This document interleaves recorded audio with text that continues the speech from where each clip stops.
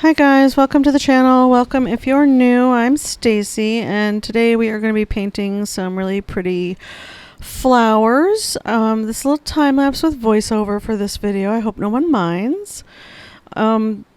Sketched out the flowers just loosely on a piece of watercolor paper, and I'm dropping in a really pretty soft kind of blue-green background. The little container of paints I'm holding are my new bee paints. I ordered the little sampler pea pod things that you can order so that I could play with the paints and see if I like them before I order more, because they're a little pricey and I didn't want to order a big old bunch of them and not like them and be like, oh, well, that's unfortunate. Yeah, but I really do like them. They're very nice paints. They're honey based, which is my favorite, and yeah, they're beautiful colors, beautifully pigmented, move around really well, play with other paints really nicely. Yeah, definitely worth it.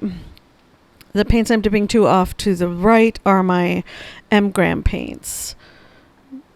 I am using my Princeton Princeton Velvetouch Round number 10 brush for most of this. I'm going to do a little splatter because I like the textures. If you don't like to splatter, don't do it. Just don't do it. It's okay. Everyone has their personal preference. I kind of like the added texture. And where it touched on the petals of the flowers, I just kind of damp brush and wiped it off. And just tap, tap, tap. And there we go. I think it's a pretty background. Once it dries, a lot of that splatter diffuses because it's wet into wet. I'm going to give it a little heat tool because I'm in a big hurry all the time to get painting the subject matter. Takes a little minute to heat tool because I got it pretty wet. But we're going to paint these in soft pinks. I think they turn out really, really pretty. I have this taped onto a talking is hard today. I bought several placemats for my dining room table from Walmart for like a couple bucks each. I thought they were pretty, very painterly, and I stuck them in the closet. I pulled them out a while ago, discovering that they make a really good surfaces for taping your paint to, or taping your paper to paint on, and other projects. They're good for protecting the table from my messy creative processes. And I'm working very wet into wet and just letting the paint play on each petal and creating textures with wetting in light and then dropping in bold color on those edges and where I want the veins to show up. So we wet it all down like so. And then we're dropping in pure color along our edges where we want the color to be the most bold. And my M-gram paints move around pretty nicely on the page, so they do bleed and soften and diffuse really beautifully, which is exactly what I was hoping that they would do. I don't often use this technique because there's a lack of control, and I like to control what I'm doing on my page, especially something like this. I usually am lost in details and getting each one of the ridges just so, and each one of the petals just so, and things like that. So this is loose and fun for me. For anyone, really. Sketch out some loose, or don't sketch them out. Just wet your page and play with creating flower shapes. Just shapes. Doesn't have to be a specific flower. It could be a made-up flower. Or even trees, leaves, any kind of pattern work that you want to practice with. I do circles a lot, circles and ovals and wonky bubbles and things like that. Super fun. And here I am dropping in the stems and the little buds with, I'm using sap green, which I mix a little bit of my azo yellow with to create that green gold kind of look that I love on my greens. And get that dramatic sweep of that stem, which I think is super pretty. And just plop in a few more buds here and there and some curly leaves. I just like the really curly sweeping leaves on these little flowers. I thought that was a really pretty design element. You know, Mother Nature, she's crazy like that. She's always creating wonderful things. A couple little leaves at the bottom of that flower, some more on this flower.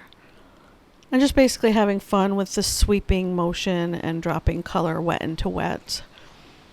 And I try to vary the color a little darker under the flowers, a little lighter where the light would hit more firmly.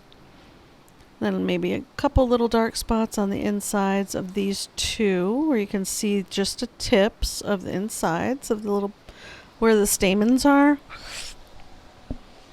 I think that's what they're called. And then I think I get a little carried away here with dropping in more details than I needed, a little bit of shadow coloring, not really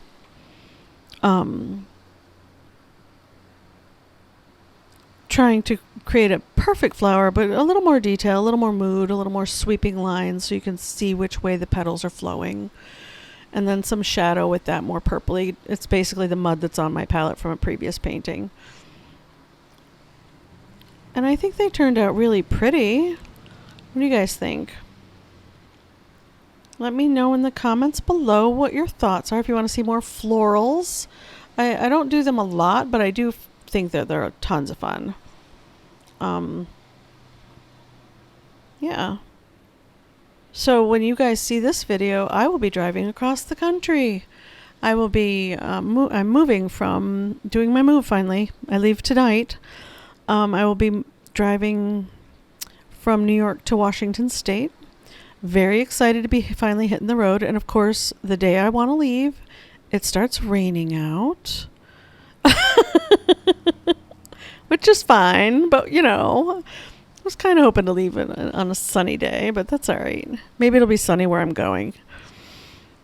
So yeah, the next couple of videos you guys see, I will be busily driving across the country, and I will be putting up a little vlog of the trip, you know, how it went, how things are going, the new setup of the new studio when I get there, all that jazz.